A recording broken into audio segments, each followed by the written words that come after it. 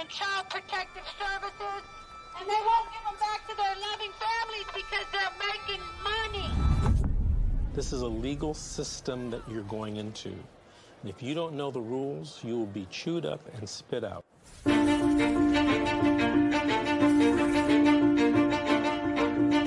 If I could say anything to a mother who just got their children detained, you're in a crisis. Yeah. Life feels like it's over. The most important thing is regaining custody of your children. The child welfare system at its core is designed to protect children who need protection. Okay, and that's key, is who need protection. So social workers, out of fear, will remove more children rather than only remove those children that truly need to be removed. It's okay. It's okay. This isn't someone stole your car. Someone broke into your house. This is someone took your child, your flesh and blood. It doesn't say on this order that it was not proven. It says untrue.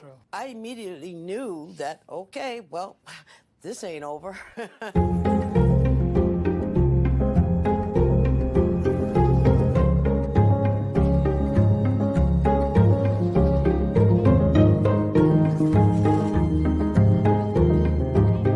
Were there signs there? Were there no signs? Did I miss them? Did I catch them? At this point, I honestly don't know. Families only get a finite amount of time to reunify. I came into this field to help families, not destroy them. The difference between the criminal system and the child welfare system is substantial. You have more rights as a criminal than you do as a parent.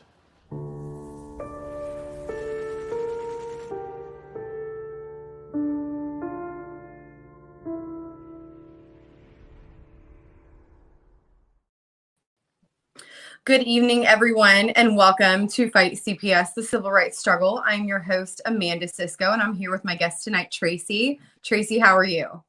I'm pretty good. Good. So tell us a little bit about yourself, Tracy. What do you do? Well, currently I'm working at McDonald's, but I have a degree in criminal. I've had several businesses. I was one of the first females on Angie's List. Congratulations. That's huge. Yeah. I don't even know where to begin with my story. CPS has allowed I don't even know what you would call him because he won't give me my divorce. But I don't consider him my husband anymore. He has really put me through hell these past 4 years since we've separated. I'm sorry. My youngest daughter is 5. And he left me for the hairdresser. I mean, this woman did my hair for our wedding. She cut my mother's hair all the time. Like, we would pay for her to go out with us. Her kids would babysit our kids. Oh my God. Yeah. So it was a real slap in the face. But as soon as they had gotten together, that's when they started using CPS as a weapon. So it wasn't bad enough that they went behind your back and you lost your marriage. They're going. And she was almost 50 and he was Classic. 33. Oh, wow. Okay. Like, everybody was like, seriously? Yeah. As it progressed, they kept calling CPS on me. Unfounded. Like, it was ridiculous things like. What? Yeah. Tell me about the allegations. The first time it was my son hiding knives under the couch and playing with fire, bed bugs, mold. I wasn't feeding her properly. If you saw this child, you would know she eats. Okay, like, you better protect your plate. Yeah. If she fell down like toddlers do, Veronica. CPS, boom. Well, how did she fall? She fell off the slide at the bottom. And well, she where was how were you? old?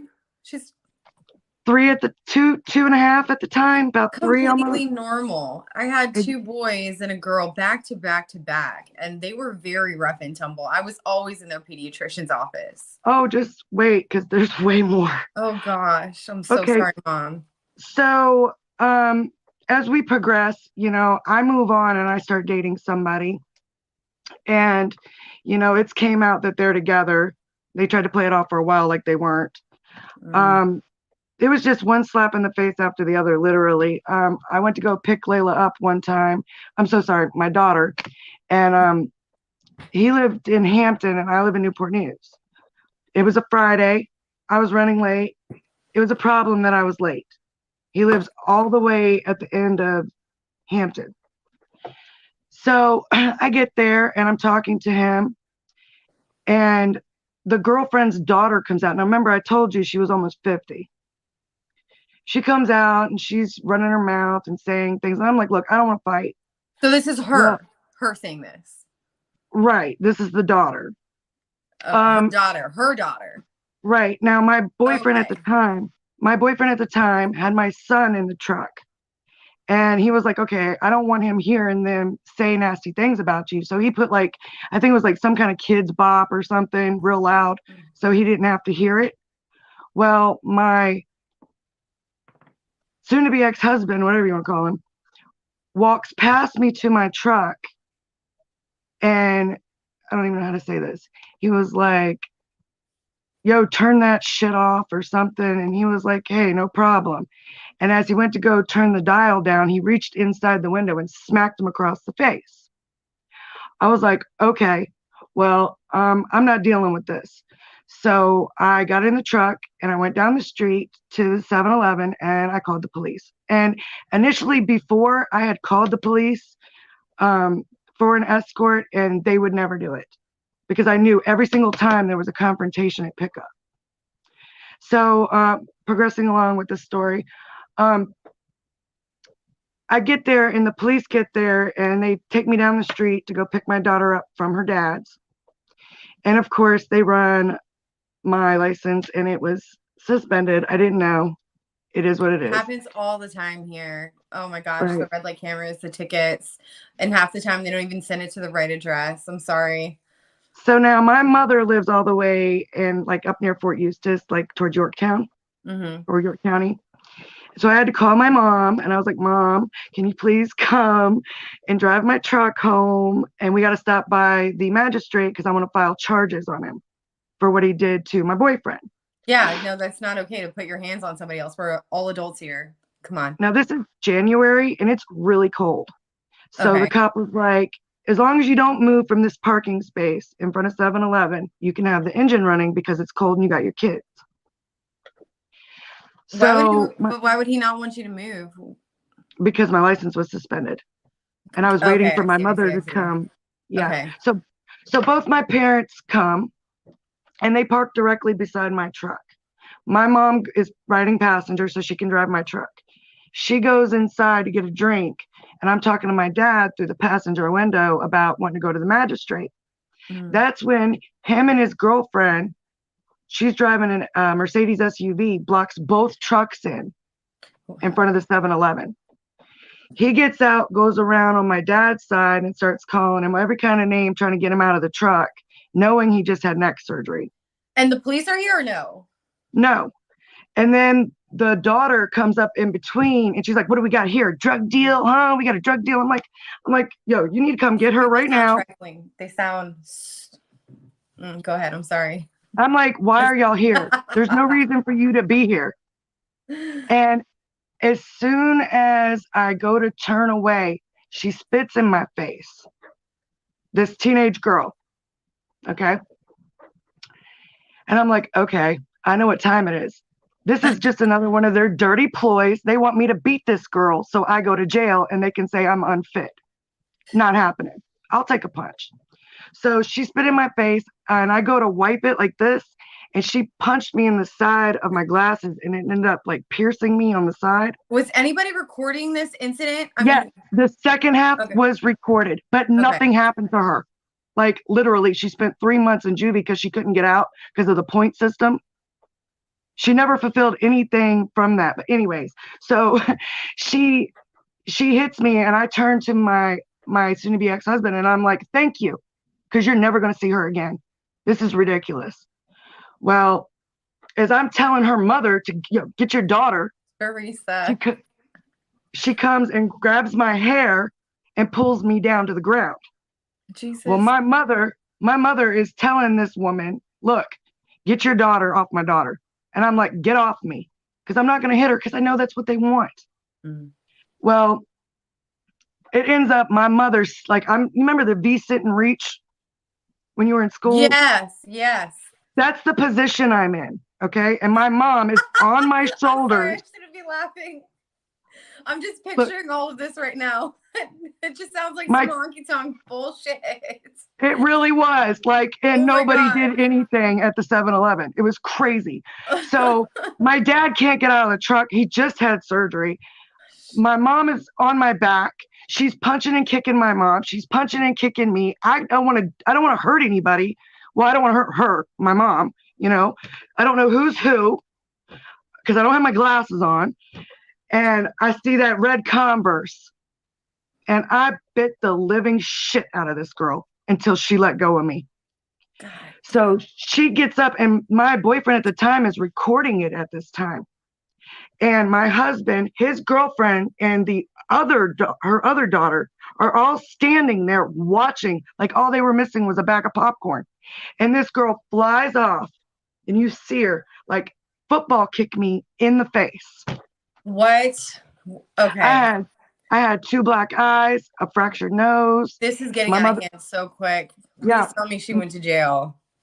It took them 3 days in Hampton because of the juvenile situation, which is crap, by the way.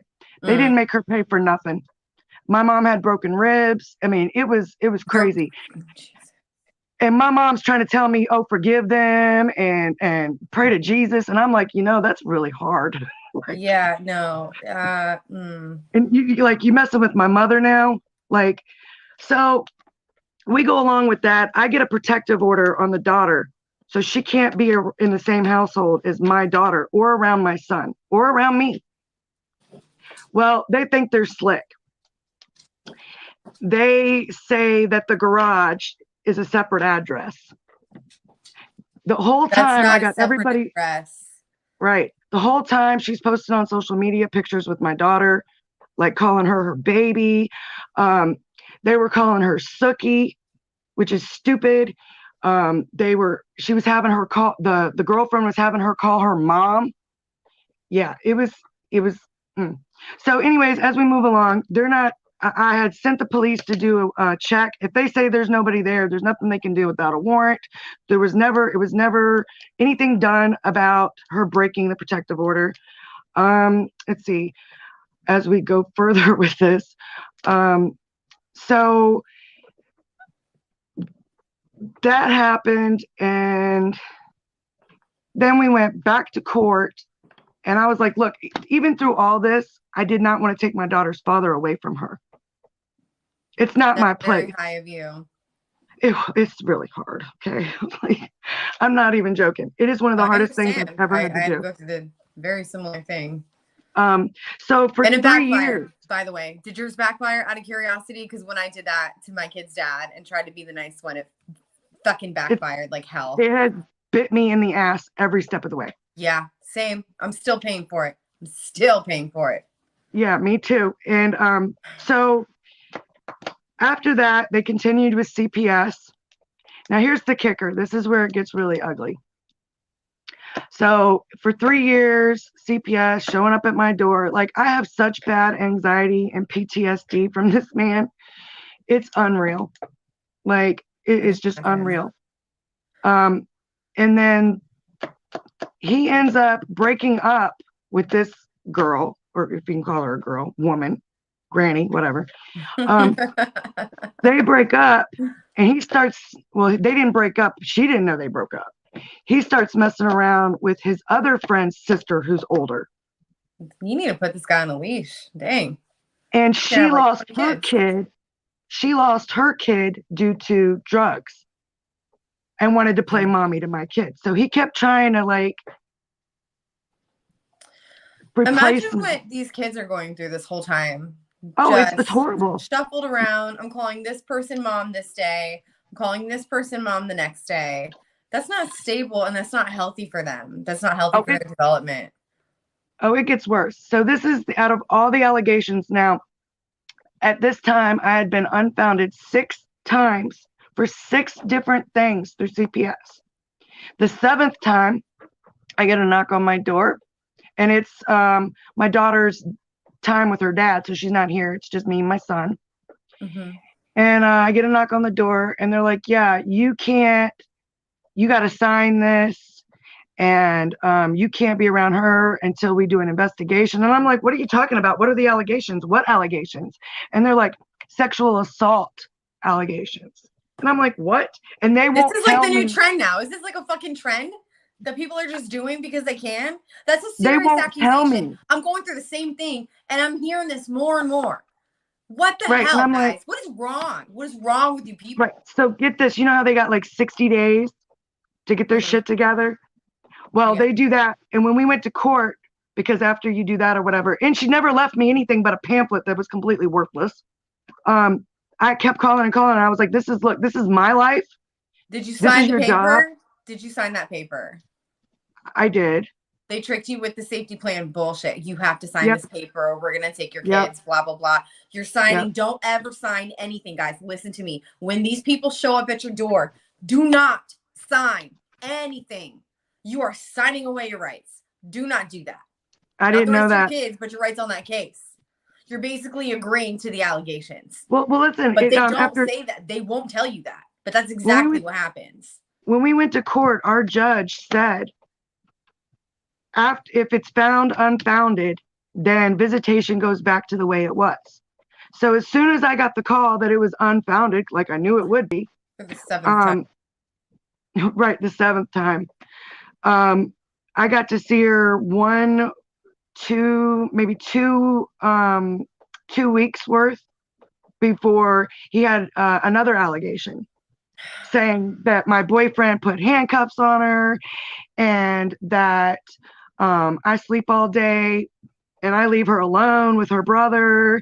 And I mean, just crazy. Like I had my boyfriend and my male roommate that I've lived with for almost 8 years that was also here when I was with my husband, stay with the kids one Sunday morning while I walked to the corner store to get donuts and chocolate milk for breakfast. Mm-hmm. So in turn, it got turned into I left them alone. And yeah, so then they did it But there was again. another adult there, yes? There were 2 adults. Okay.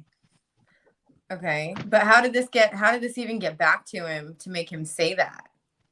I guess he asked her what she did today, or, what'd you eat for breakfast? How old is your daughter? She just turned 5 in October. Oh, so he's okay. I was under the impression that she was older. Oh, but wait, there's more. Oh. So for 3 years, I tried working with the Hampton police because I was like, look, he is a cocaine dealer. He does cocaine. I do not want him around my kid. Please help me.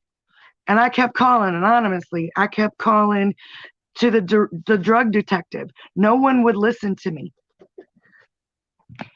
And sorry. Okay. And no one would help me. Well, finally, we meet with the guardian ad litem for the allegations. And she's like, well, what makes you think she was coaxed? I said, I picked this pen up off of her desk. And I said, this is a blue pen, right? I said, well, if I tell my daughter that it's pink enough times, she gonna tell you that pen's pink. Good analogy. Way to spell it out for these fucking idiots, these cockroaches. Yep. Okay. And I told her, I said, you would think that 2 and 2 would put together. Somebody in this agency could read something that's written down like, hey, he's playing with the system. Yeah, they all do. So she makes him do a hair follicle. He denied it the first time, but they made him the second time. Mine waited 90 days and shaved his head, and they literally watched him go from a Filipino ponytail to a bald head the next court date, and they laughed about it. They made a joke about it. Oh, well, Your Honor, we're still waiting on his follicle test because, it's got to grow back first. Haha. Yeah, I got 3 little bald spots in the middle of my head because I had to take one too. But because it's only fair. But he did test positive for cocaine, and I didn't know there was 2 different types of cocaine you could have in your system. Learn something new every day. I also learned that the babysitter who swore up and down that the allegations were true, and he was supposed to be staying with her when he broke up with the first girl. Oh, so he's dating his babysitter now. No, he's not. No, she babysat my daughter and my son, but she was trying to say that it was true, and she wasn't in fear of him being around her, so she let them stay there till he could get on his feet. Okay. Well, apparently, after I'd spoke to the guardian ad litem, the babysitter called the court to get a hold of the guardian ad litem of our case and revoked everything that she had said and wanted to testify, I guess, something about him taking drugs in front of Layla or having drugs out in front of Layla or selling in front of her. I don't know. We'll know when I go to court in May. Okay. That's another pet peeve that I have. Let me stop you right there. Even if you make a statement or write something down on an affidavit, you're under oath. And perjury really, when are we going to start making perjury a punishable crime? It's a class 5 to 6 felony. Well, I got another one for you. With a minimum of 6 months jail time. When he was with the first girl, now I've had him blocked on social media since he walked out my door. I put him out my house because he was selling drugs. Okay. He oh my gosh, so sorry. It's okay. Take your time. Take your time. He I'm so sorry. What did I just say before that? So we were talking about yes, the okay. babysitter called the courts revoked. Right. So when he was still with the hairdresser, I get a picture at dinner on my daughter's 3rd birthday of her in a dress that I bought her, standing on top of her dad. Her dad is naked sitting on the toilet. She's in a dress standing on him looking out a window. And the girlfriend posts it to Facebook and 90-some people react to it and nobody says how disgusting it is. But it was screenshot and sent to me. I show it to CPS. I show it to the police. Nothing's done. Nothing is mentioned. Nothing's done. And when my lawyer threatened to show it in court, that's when he wanted to cooperate and do 50-50. But he was just brewing up the next thing, which was the allegations against my son. Oh, Jesus. Then he moves on to the son. Now, at what point is CPS and these fucking excuse me, I'm sorry. You're fine. You're fine. So when the CPS worker is going to wake up and realize what he's doing. And here's the thing also, with him selling drugs. They know what he's doing. That's the problem. You're right. Well, it's not his kid. And it was a big problem in our marriage. He's held on to this kid that's got a lot of problems. The mother didn't put him into school until he was 8. I had handcuffs on me one time because this broad was not putting her kid in school. Okay. Anyways, the kid's got a lot of problems, has made sexual gestures to me. And I'd say he's about 14 now. But I think, and she also called him Bubby, like my son. And my mother has said something, I have said something, and we're like, if anything like that happened, we need it to be investigated, this other boy, because we know for a fact that he has made sexual advances and, out of age, like inappropriate age stuff, saying things sexually.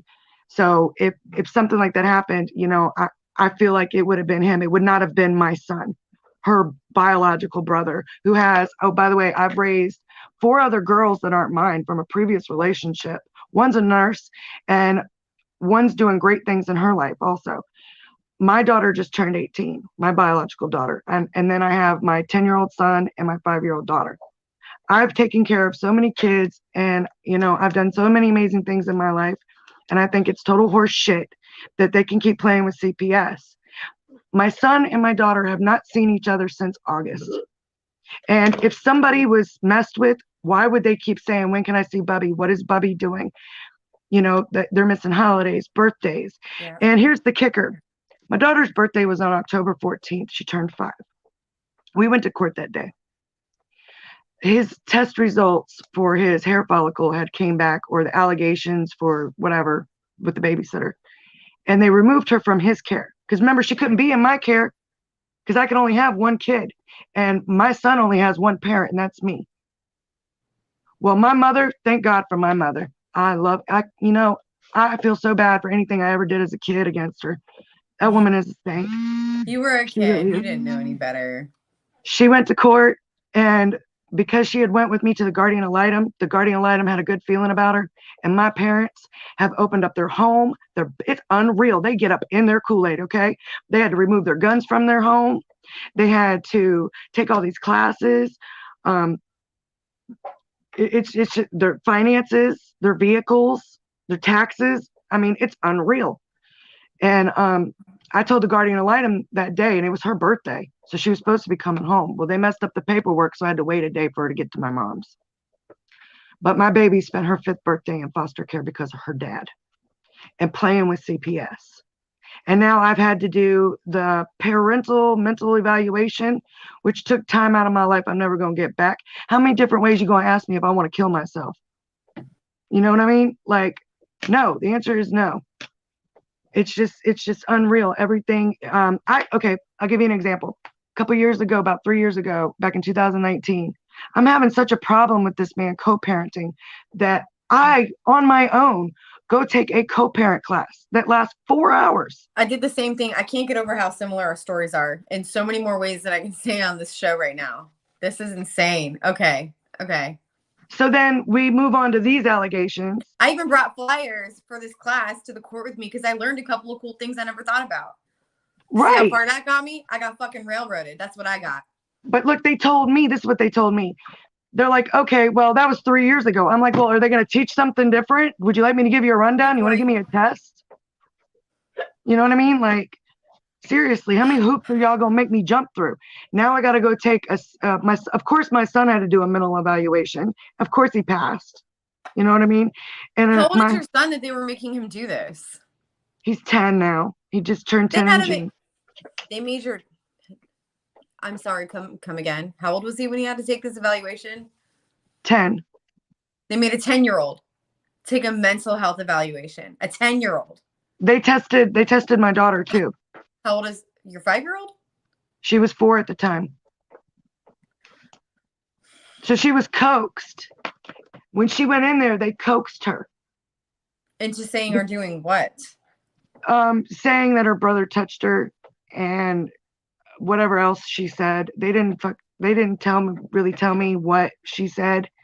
But apparently the allegations were that he touched her privates. And I know that's not true at all. Okay? There's no way. I don't play that. My kids are not like that. And I don't leave my kids alone. So there's no way possible it could happen. And everybody that knows my son, he has 4 stepsisters and 2 biological sisters. He has nothing but respect for women. He doesn't have a male figure in his life. He has his mother. So he has nothing but respect for women. And like when we get out of the pool at my mom's, my son would be like, girl, you better go in the bathroom and take that off. Don't nobody want to see that. Or pull your pants up, you know? So it's just unreal. I've seen coworkers have seen what this man has put me through. I've went to go pick her up and it wasn't early enough for him with my job. And I called the police and there's nothing I could do. He kept her and told me I could come get her the next morning instead of just giving her to me. Like, he's very narcissist and he thinks he's in charge. And he has to do his visitation at the building, social services. I do mine at my mom. I do mine at my mom's. I don't have to be in a room with a mirror. I think everybody involved in this case knows that I'm 100% innocent, and my son too. And I'm just waiting for it to play out. And really, this is sad, but you know what? I'm okay with it. In May, my parents will get custody of Layla. I'm sorry, my daughter. And I'm okay with it because then all I got to do is, go through the steps to get her back from my parents, which is fine by me because then the foster care. So sorry. Yeah. But I mean, my parents' daughter who got adopted out, a 15-year-old who's finally being reunified, but she's not fit for the baby, they say. That's so hard. How can you, just like in your situation, how can you be fit for one child but not the other? I mean, what kind of asinine shit is that? How does that even make sense? How are you supposed to find justice in a system that's literally contradictory in and of itself? Yes. You're right, Teresa. They are fucking they're psychotic. They're psychotic. And I'm sorry for interrupting. Go ahead. Oh, Teresa, she's known my son since he was in diapers. She babysat him. Oh, hey, Teresa. Thanks for coming on. She's like a second mom, grandma. Our families are real close. That's good. It's great to have a support system. It's one of the only ways I've survived this myself. Nowhere in this whole time has any character witnesses on my behalf been an option in my case. If I was to bring my grown kid and my grown stepdaughters and everybody that's been around my son and daughter together, I mean, there's your proof. Are you saying they're not giving you the opportunity to bring on character witnesses? Correct. It hasn't even been mentioned. That's interesting. Are they, let me guess, are they also forcing your evidence to be shut out from the record and from trial? I don't even know. I don't know. I really don't know. Okay. Do you have a private attorney or has one been appointed? I reached out. I've had legal aid since I've been going through the custody with my ex-husband. Okay. And I've had the same lawyer. But when we did I did an appeal for the protective order against the daughter, and I won. I had another lawyer, and he was amazing. So when my lawyer went out on maternity leave, I was like, "Can I please have him?" Yeah. And I feel good with the lawyers that I have, but I feel like I had to light a fire underneath of her because when we went to you can't leave it up to them. When we went to the guardian ad litem, I was telling the guardian ad litem, I'm like, yeah, I can't get a hold of my lawyer. Da da da da da. Can you believe this? And the lady next to me is giving me this strange look, right? And she's like, you do know I'm your attorney, right? I was like, really? I wouldn't have guessed it. Oh shit. And I was dead serious. Oh God. So you had just met her. You had just met her. Yeah, I had just met her because I had another lady that left legal aid, I guess, to go to a higher up practice over in Virginia Beach somewhere. I don't even know what law she's practicing now, but I had to light a fire under her in the beginning too. But once she got going, she got going. That's good. That's good. I'm glad for you on that. So where are you in the case right now? I just did my co-parent thing again. Your PCE, your parenting capacity evaluation, is that what you mean, or your co-parenting class? The co-parenting class, and I just did that 2 weeks ago. Okay. You know where Have they want you had the results come back yet? No, I haven't heard anything yet. Okay. But I'm pretty confident. I mean, I took sociology, psychology. I went to school for, criminal. I did interrogations and very cool. And I kept telling him, I was like, if you're going to ask this many questions, at least make sure they're proper grammar. This looks like a foreigner wrote this in English. Like, really? Come on. That's what the test was like? It was no lie. I'm not exaggerating. It was from 9 a.m. until 3 p.m, both times. And it was like, if we weren't interacting with our daughter by ourselves, then we were reading something like I guess how smart we are. And then it was like questions like absurd questions like, are you happy with the appearance of your child? Are you disappointed in the appearance of your child? Do you think spanking is appropriate? It just was redundant over and over and over again, like the same 7 to 8 questions, just in a different way, 1,700 ways. Because I kept track. One booklet would have like 300, then you get on the tablet, it'd be like 700. It was exhausting mentally. Hey, so attention to Vicky. Our radio show is so saturated by people trying to call in that every once in a while, the phone lines literally break. So just keep calling. If that happens, call again during the show. Just keep calling. Go ahead. Sorry. That's okay. I mean, he has done nothing but run my name through the dirt and my son. Now I've got people in Hampton thinking that my 10-year-old son is a pedophile. or whatever you would call it, a sexual. Yeah, I don't think you'd be a pedophile if you're still a child. I was just kind of thinking on that. So it would be like what, like a sexual abuse, or I don't know. They're not thinking highly of him, and it's not right. Now, who's they? People who he's told. I mean, the last girlfriend he was with. Don't have him talk about that to people. It's as I've shitty as that told him. sounds. People will judge you. People judge me when I tell them my story, and I stopped talking about it. You know, it's really bad, like, to get sympathy out of people. And I mean, he depicted this whole story like I knew all about it and I let it happen. And anyways, the second girlfriend, not the hairdresser, but the next girl, her brother reached out to me on the 4th of July and was like, look, I don't know what's up. I had him living at my house. I had to kick him out because he was selling drugs and doing coke in my house. He's with my sister. She lost her kid because of cocaine. You know, don't let her be alone with my sister. I'm just giving you a heads up. Mm-hmm. And then I found out that they were not staying at the babysitter's house.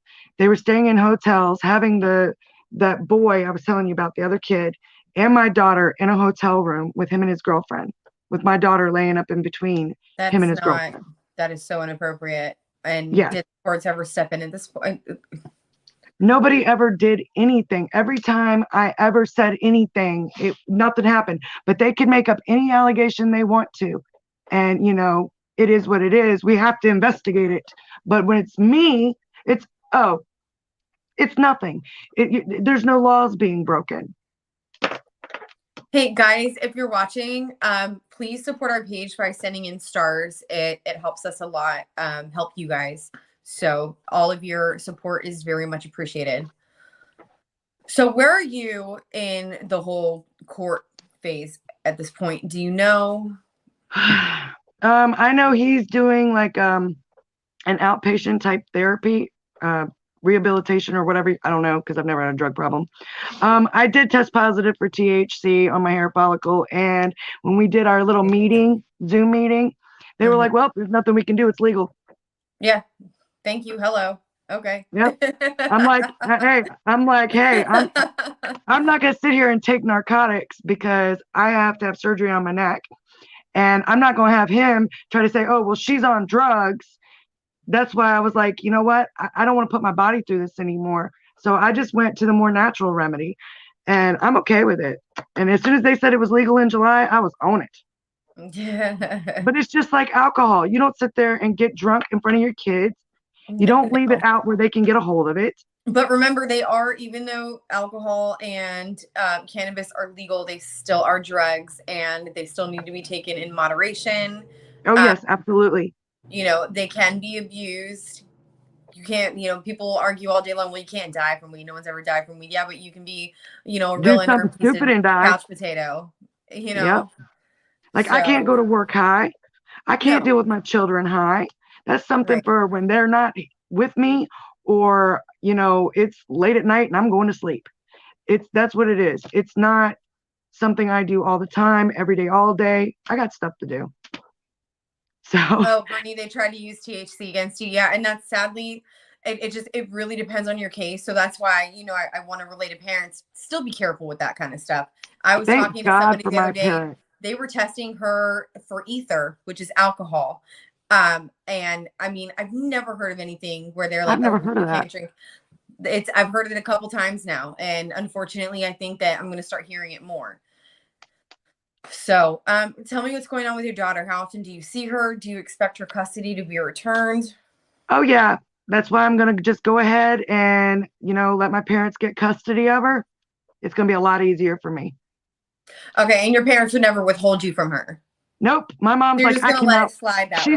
She said she's going to return because my daughter's a little parrot right now. She's like, oh, girl, when you get this package, I'm going to wrap it in a bow for you. Because this is my brother moved out and got a house. So it was supposed to be them, the dog, and whatever they want to do, whenever they want to do it. Yeah. And then here comes my my baby.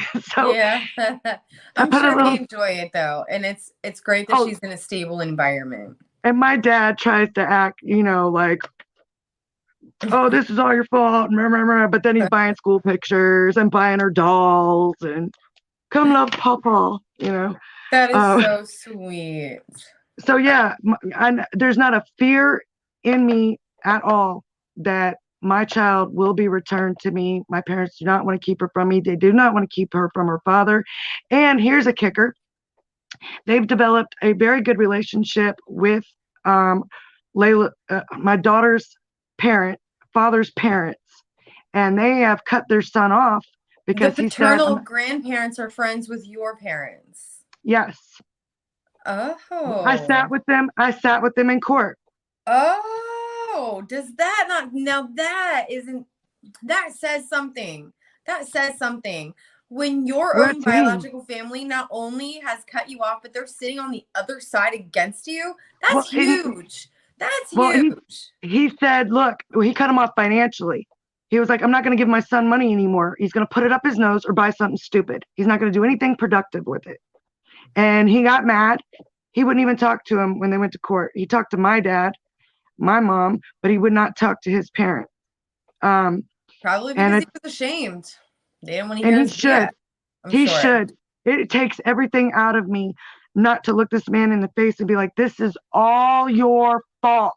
Every single part of it is your fault. Don't do that. Don't do that. I'm not going to do it. Just going to give him it's just going to give him satisfaction. Actually, he wants to see why I don't do it. He will be proud. He will be proud at the fact that all of this chaos is his doing. Don't give him all that credit. Don't give him all that credit. Yep. It's hard, but I just kind of just turn red because I just I've never seen anything like it in my life. How big of a narcissist he is. Like, he really thinks he's in charge and he's untouchable. And I don't even know how to explain it to you. Like, the way people see him in the streets is not how he is behind closed doors. It's like Dr. Jekyll and Mr. Hyde. My supervisor, Georgette, she has her shows, Fight CPS, or Family Members Fight CPS.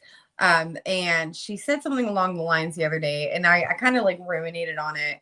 And I was like, you know what? I think this might be true. She said, justice comes when you least expect it. He's going to get his when he least expects it and when you least expect it. So don't waste too much of your energy holding on to that. And I know that's hard. Literally the other night, I said this on the show. And so my thing to calm down, because I have these cycles, once a month, I'll suppress and suppress and suppress because I've had no contact with my kids for months. I am getting railroaded like you would not believe in this case. It is so fucked up. So I literally I take a bath to calm down, right? And even that didn't help. I ended up screaming and crying myself to sleep. I was screaming at the top of my lungs. And yes, let that out, but don't hold on to that hate, And you know what's hard is when you have one of your children with you every day asking about the other one, and you have to hold it together and you have to find time to cry in the shower when they're asleep so they don't hear you. It takes a lot of strength. I remember those days. And I got before they even said anything, because CPS thinks they're God, they come up with everything. Yeah. Oh, they play God all day long. That's the worst part about it. Not only do they think it, they actually do fucking play God with our lives. Yeah. And they're I'm untouchable. I'm beat you to the punch. I already put my son in therapy. That's how I know I got freaking PTSD and anxiety. I'm on anxiety medication, and it wasn't even my therapist. It was my actual doctor that put me on. He was like, look, I saw you 6 months ago. Something's up. Talk to me.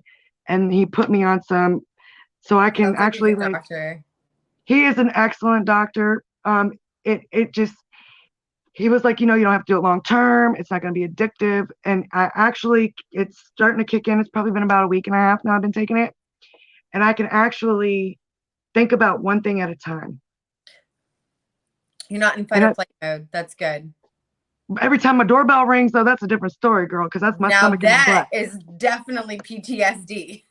I'm like, don't answer the door. No, we're not here. Everybody hide. It's like Jehovah's Witnesses and trick-or-treaters all at once. Dang right.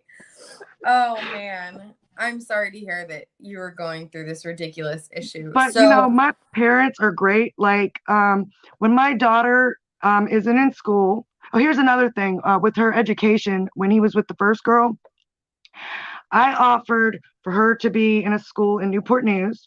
I had her the majority of the time. And I was like, look, this is a great school. You can at any time pick your phone up and look at our daughter on camera. No one can just walk in and take her. It'd be on your way to work. We would never have to communicate. It's great. He didn't want to do it. And I had half of it paid for through TANF. I was in the same situation a few years ago before shit hit the fan, and he did the same thing.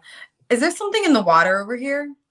I don't know, but he put her in some like Lutheran Mormon church where they do like drug meetings and It wasn't Mormon. I spent a bunch of time in the Mormon church because my parents were. Oh God, I left it when I was a teenager. All I know is this much. I didn't want her there.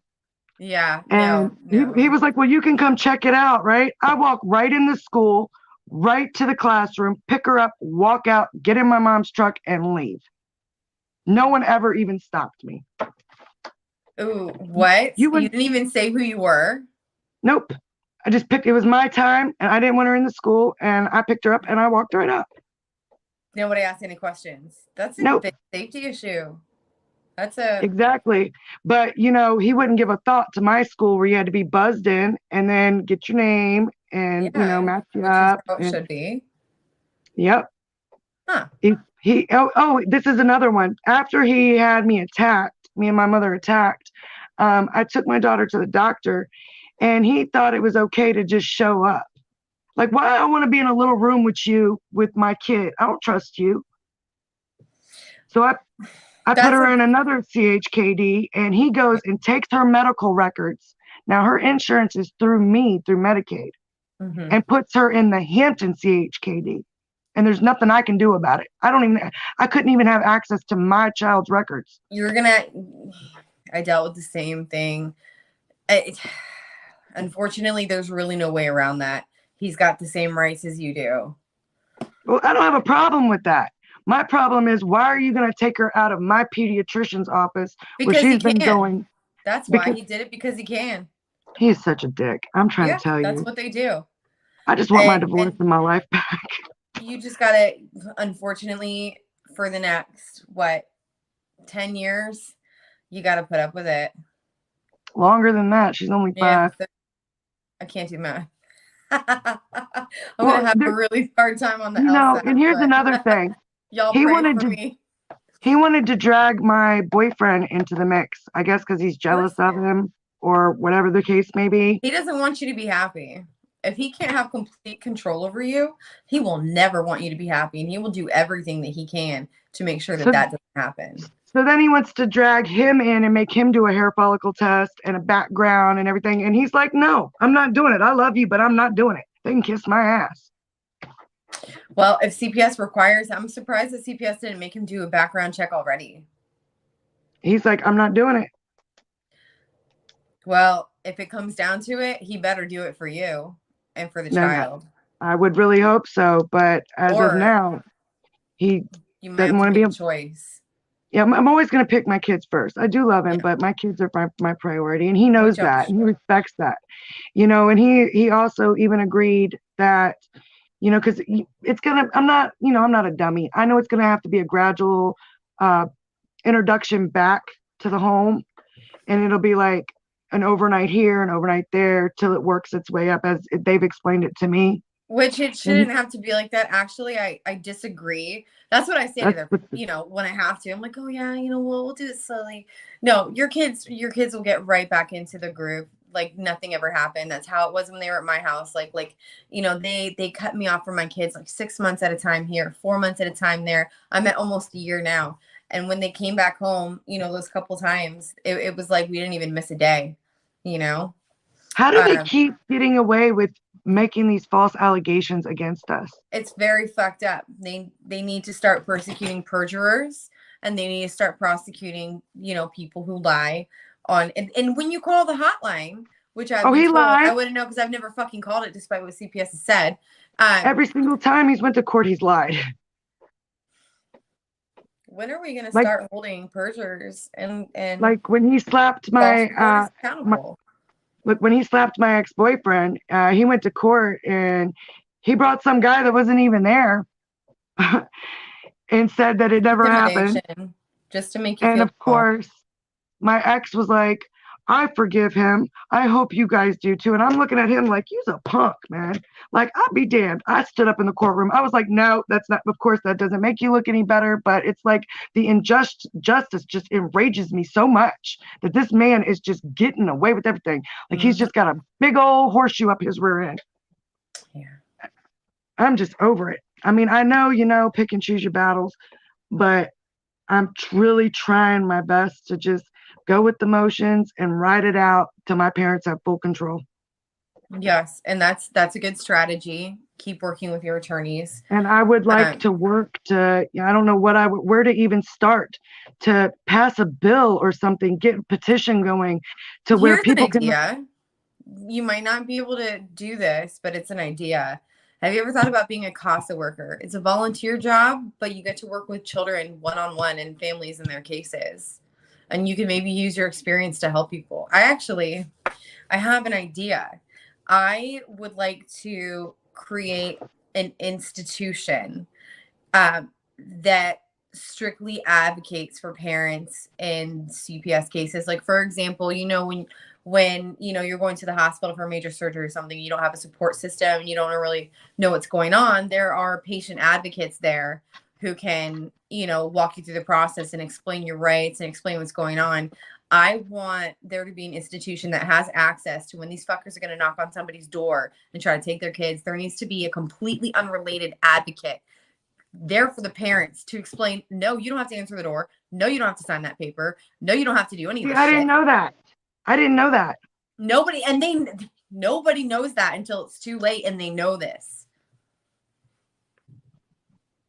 I had 2 cops. Teresa, I feel you, girl. I feel you.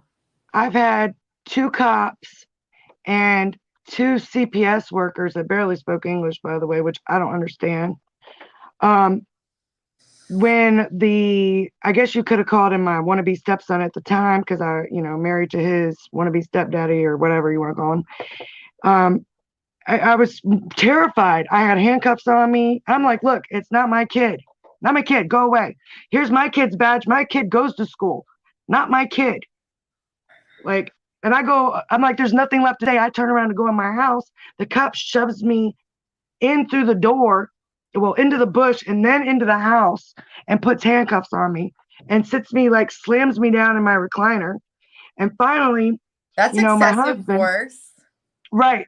And my husband at the time. CPS workers need body cams. I say, damn right. They do because they really, there are some good ones. The travesties. There are some good ones. Yeah, I've had a couple. Do you have any idea the shit that they would be found out for if they were forced to wear body cams? But then I've lost so much. Well, here's the kicker. At this point, this is what I did. Who's going to hold them accountable anyway? This is what I did. Prosecute? Fucking nobody. After 6 months of watching this kid not be put in school, being 8 years old, can't wipe his own ass, doesn't know how to learn anything, never been diagnosed. I believe he has Asperger's or something along the lines of that. And needed help with that because they learn differently. Never, like, she was embarrassed to put her kid in school. And, for me to have, like, after 6 months of this shit, I go to the Newport News police station. I'm like, look, this is what's going to happen. Either you're going to make his mother put him in school, or I'm going to press charges on you for what you did to me back in April. And the very next day, the police were at their house, and the next week he was enrolled in school. Where are these people when you need them? And they're always somewhere they don't belong. Yet they're never there. Never there. It's like, where are they at? Always in a place where they do not belong. Where is the justice in that? And, my stepdaughters and my daughter, they're all over 18 years old, and They're doing great Yes, things in their yes. life. I've been a good role model. My stepkids, their parents were on drugs and had things going on in their lives. I had to be the stable co-parent Yeah. because even though they're not blood related to my son, they have the same last name, and that's their brother. And I Right. had to Your be the adult. So it's like so hard for me to understand how like CPS is doing this to me. I've been so responsible and done such great things for kids.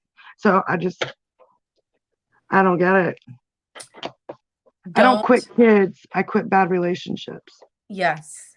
Don't kill yourself trying to figure out all the whys, because I don't think we'll ever fully, I don't think like the people, you know, with light in us and not demons are ever going to understand why these people do what they do.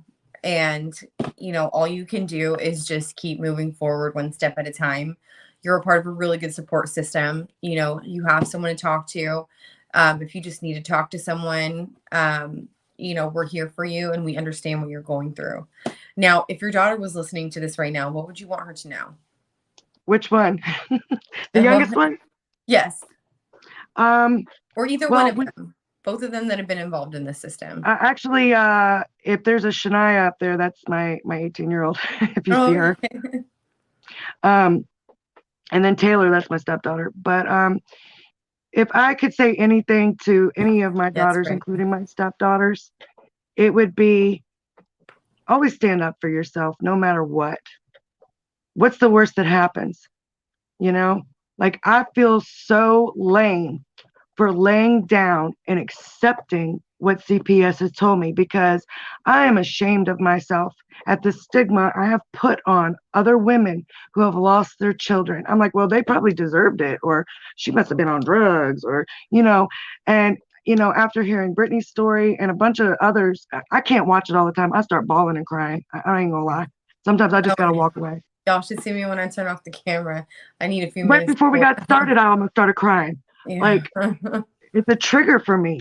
Yeah. And I try to be supportive. If you ask anybody, I go out of my way every day to reach out to at least 5 of my friends. And how you doing? How's it going? That's because we all got things. We all got things going on, and you know, there's a reason why my stepdaughters have clung to me, and you know, they ask me how to cook something or what my opinion or whatever. Okay, I think Brittany, I did I'll take a look. I think I did a good job on raising the 3 that are over 18. So I'm sure. just riding the motions. I mean, yeah. My dad's a tough cookie, but he'll give me my daughter back. Great. So. And it sounds like this is really, you know, it could be so much worse. So I'm really, really, really glad that I talk to her every day on video the light chat. is at the end of the tunnel. Good. Thank goodness. And every Saturday. Hard not having her home. I forgot to tell you this. CPS gave me freaking Corona. Wow. 2 days. Look, she comes in my house. 2 days later, I'm at my job on my second day of work.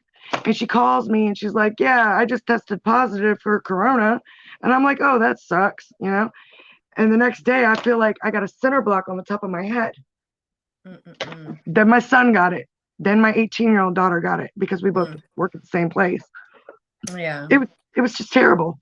Like, they don't care. Well, Brittany says, don't be ashamed. We've all had the stigma about CPS and people till it happens to us. And we will get through it together, Brittany. Thank you. You know that anybody like I've ever said anything like, I'm so sorry. If I only knew, you know, which isn't an excuse, but it's fucking horrible. It is. CPS it's the and worst foster thing care that you could are a put joke. any human being through. It is the absolute worst type of torture you can put a human being through. Point blank, period. I dare you to disagree with me, guys. Like, I'm serious. I would rather be slowly tortured. Like, back when this case was like when the shit was hitting the fan, if you walked up to me, I'm dead serious. If you could literally walk up to me and say, you'll have your kids back, but you have to cut your arm off. Where's the chainsaw, motherfucker?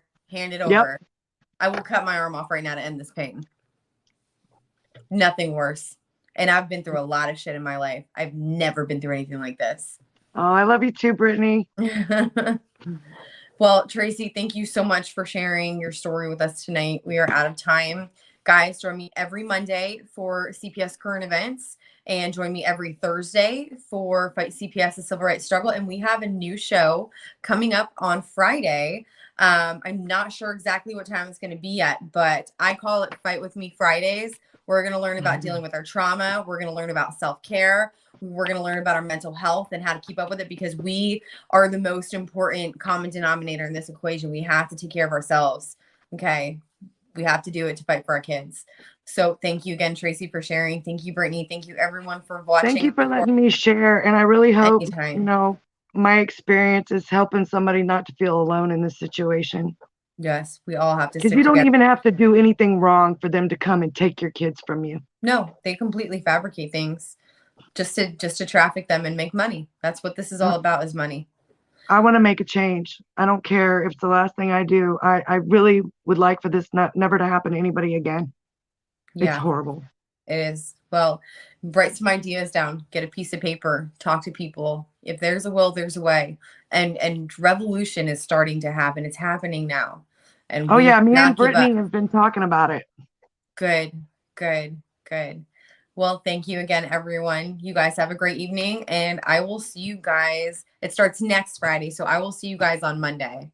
And you take care, Tracy. Contact me soon and let me know how things are going, and you'll be hearing from me shortly. Okay, thank you so much. Of course. Bye, everyone.